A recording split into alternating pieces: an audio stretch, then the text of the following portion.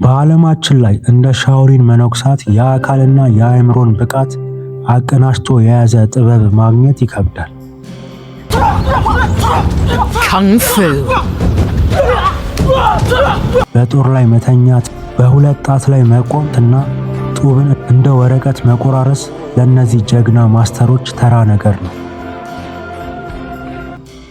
ነገር ግን ይህ ተአምር የሚመስል ብቃት ዝም ብሎ የመጣ አይደለም። ከጀርባው እጅግ አድካሚ መስዋዕትነትና ለዓመታት የዘለቀ አስገራሚ ተጋድሎ አለው። 你会不会成功？会。有没有信心？有。我们的口号是什么？原谅我，不怕苦。加油！ ዛሬ የምናየው ይህንን ብቃት ላይ ለመድረስና ብቁ መሆኑን ለማረጋገጥ ላለፉት 11 ዓመታት የለፋበትን ጥበብ ይዞ የመጨረሻውን የሞትና የሽረት ፈተና የሚጋፈጠውን ወጣት መነኩሴ ያንግ ታሪክ ነው። ወደዚህ አስገራሚ ብቃትና ማስተር መነኩሴ ለመሆን የሚደረገው ይህ አስገራሚ ጉዞ ምን እንደሚመስል አብረን እናያለን። Welcome to the JAF Taekwondo YouTube channel. Hit subscribe for the latest training tips and like the video to join our community.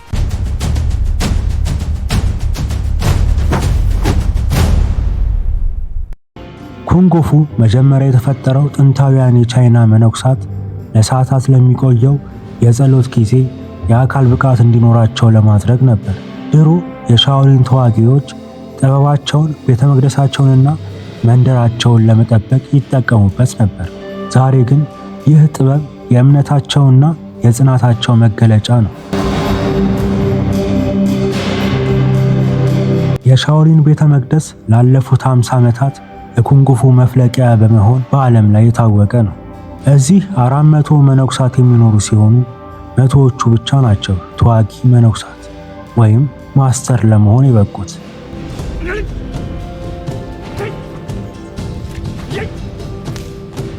ሹያንግ ተዋጊ መነኩሴ ሆኖ ለመመረቅ የመጨረሻውን ፈተና ለመጋፈጥ 2 ቀን ብቻ ቀርቶታል። እዚህ ሻኦሊን ውስጥ ማርሻል አርት መማር ከሌላው ቦታ የሚለየው ስፍራው በቡዲዝም እምነት ውስጥ የተቀደሰ ቦታ በመሆኑ ነው።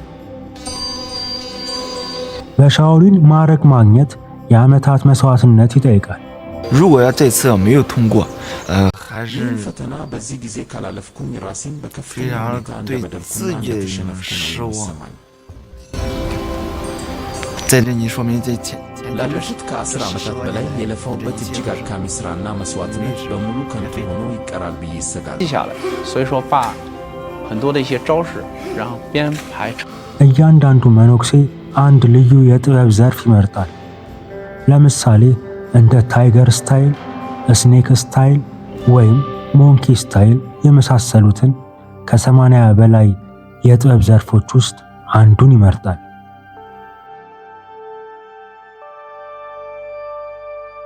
ያንግ ለ11 ዓመታት የመረጠውና ሲለማመድበት የቆየው ሞንኪ ስታይል ነው።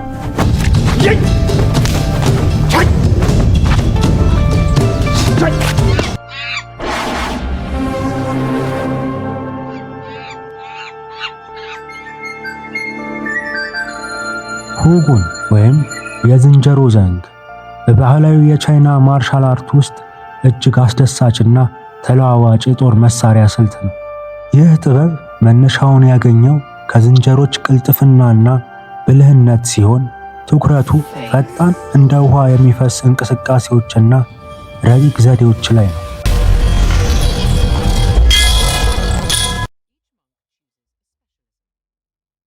በተለይ ይህንኑ ስልት በጣም ወደድኩት።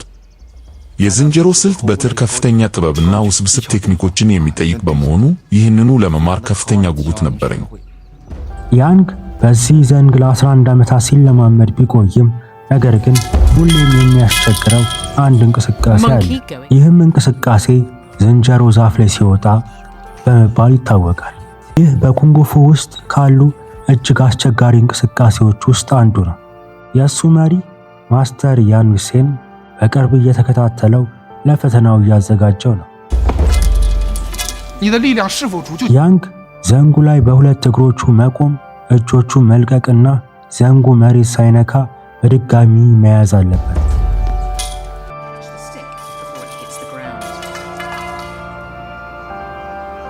这个动作做不好，最大的原因是心，一定要把心静下来去做这个动作，专注于当下。 ይህም ከፍተኛ ጥንካሬን ሚዛንንና ፍጹም ትኩረትን ይጠይቃል። 我相信你能做得到。 ያንግ በከፍተኛ መነኩሳት ቡድን ፊት ራሱን ብቁ መሆኑን ማረጋገጥ ይኖርበታል። ፈተናውን ከወደቀ ግን እንደገና ለፈተና መቅረብ የሚችለው ከ3 ዓመታት ቆይታ በኋላ ነው። ነገር ግን ፈተናው በኩንጉፉ ብቻ ያበቃል። ከቡዲዝም መጽሐፍ ከሆነው አንዱ ከማንትራስ አንድ ምዕራፍ በቃሉ ማንበብ አለበት። 那是对于这个文化上还 ወደ ቅዱሳን መጽሐፍ ጥናት ስንመጣ ግን የኔ ደካማ ጎን ነው። ለጥናቱ ያን ያህል ቁርጠኛ አይደለሁም። 还是去运动更加 ትኩረቴ በሙሉ ማርሻል አርቱ ላይ ነው። ስለዚህ ያንግ ፈታኞቹ ከየትኛው ገጽ ላይ እንደሚጠይቁ ስለማያውቅ 200 ገጽ የሚሆነውን የጸሎት መጽሐፍ በሙሉ በቃሉ ማጥናት አለበት። 那说明这个这么多年 ለብዙ ዓመታት በትጋት ሰርቻለሁ። ነገር ግን አሁንም ብዙ የሚቀሩኝና ያልተሟሉልኝ ጎኖች አሉ። ዛሬ የውሳኔ ቀን ነው። የሻኦሊን ቤተ መቅደስ ከመላው ቻይና ለሚመጡ ሰልጣኞች መነኩሳት ዋነኛ የመፈተኛ ማዕከል ሆኖ ያገለግላል። በዚህ ዓመት ለማለፍ ተስፋ በማድረግ ተማሪዎቹ ከመላው ቻይና እየደረሱ 包括睡觉呀 ስለዚህ ፈተና ሁልጊዜ አስባለሁ በየቀኑ እንዲያውም በህልሜ ጭካኔ ሳይቀር የሚመጣብኝ እሱ ነው። በመጀመሪያ የያንግ የኩንጉፉ ግምገማ ይከናወናል። የቤተ መቅደሱ መሪ የሆነው ዋና አስተዳዳሪ ከ3 ከፍተኛ መነኩሳት ጋር ሆኖ ይፈርዳል። ያንግ ሳንግ ከዳር ሆኖ ከመመልከት ውጪ ምንም ማድረግ አይችልም። 11 ዓመታት የፈጀው አድካሚ ስልጠና በዚህ ቅጽበት ላይ ደርሷል።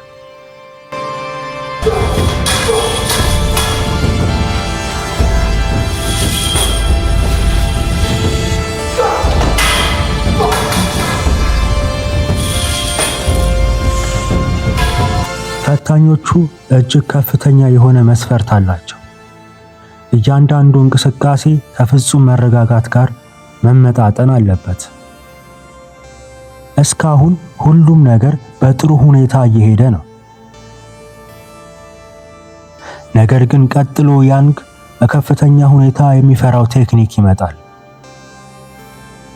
ዝንጀሮ ዛፍ ላይ ሲወጣ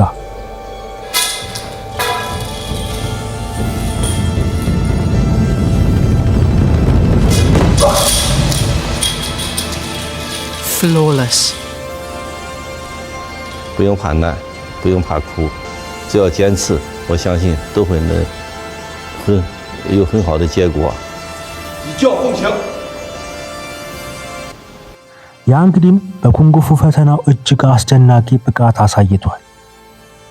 ነገር ግን አሁንም የማንትራስ መጽሐፍ ፈተናውን ካልተወጣ ስኬቱ ምንም ዋጋ አይኖረውም።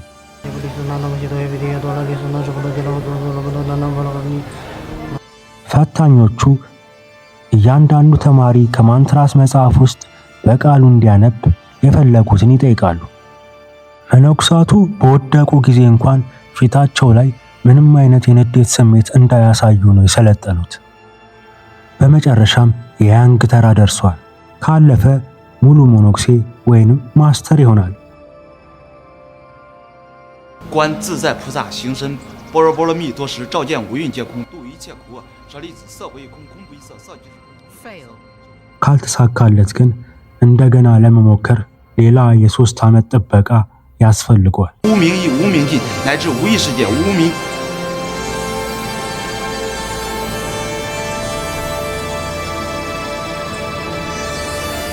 行，你这过了。 ያንግዲን ፈተናውን አለፈ። አሁን ሙሉ የሻኦሊን ተዋጊ ወይንም መነኩሴ ሆኗል።